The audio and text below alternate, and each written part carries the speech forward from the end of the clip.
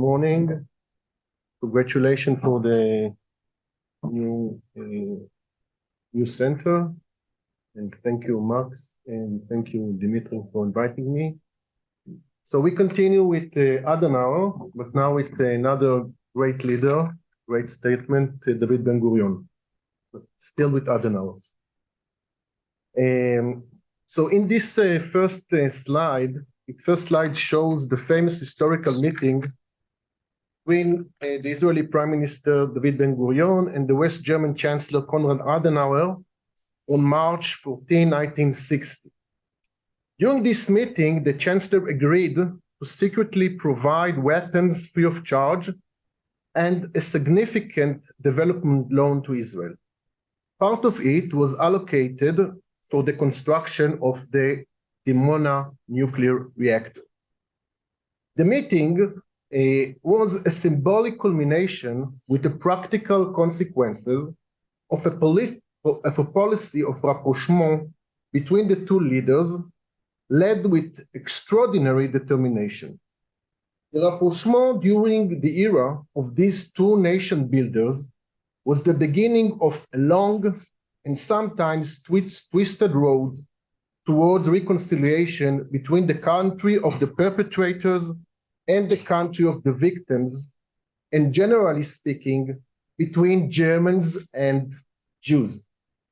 I would claim that the rapprochement reflected a deep understanding of the two leaders and their associates about its essential benefit to the strategic aims of their countries.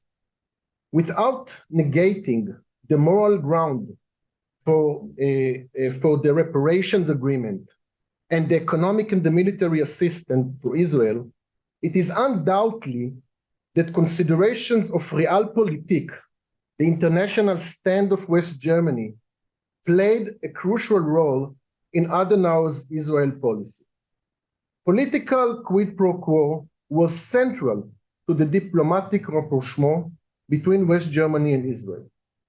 For the Germans, particularly Adenauer, ties with Israel were seen as a significant element in the reconciliation between Germans and Jews, a critical factor in shaping the image of Germany in the view of her new democratic allies as a new democratic state completely detached from the Nazi legacy, particularly because of her much criticized reluctance to confront the Nazi past genuinely.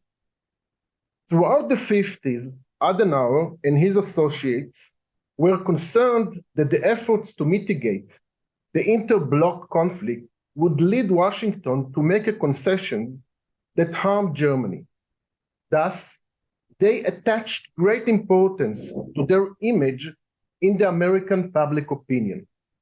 For her side, Israel valued the growing diplomatic influence of West Germany is one of the pillars of the West. In the late 50s and early 60s,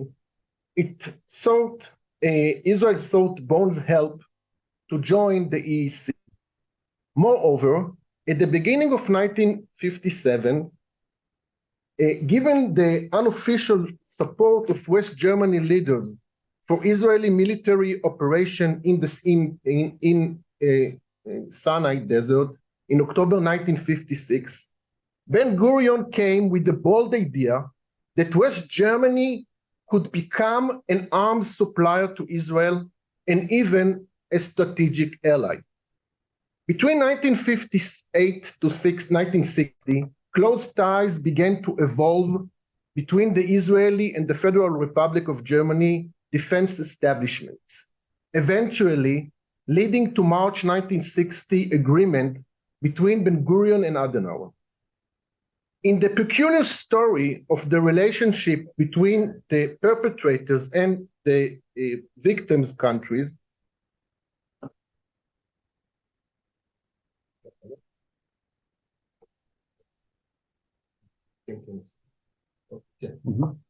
So in the peculiar story of the relationship between the perpetrators and the victims' countries, Germany and Israel, I would suggest analyzing the interrelationship between three terms: reconciliation, politics of memory, and diplomacy and memory. So let us begin with reconciliation. The main question regarding reconciliation is a prerequisite to start the long process. How do we create initial start, initial trust?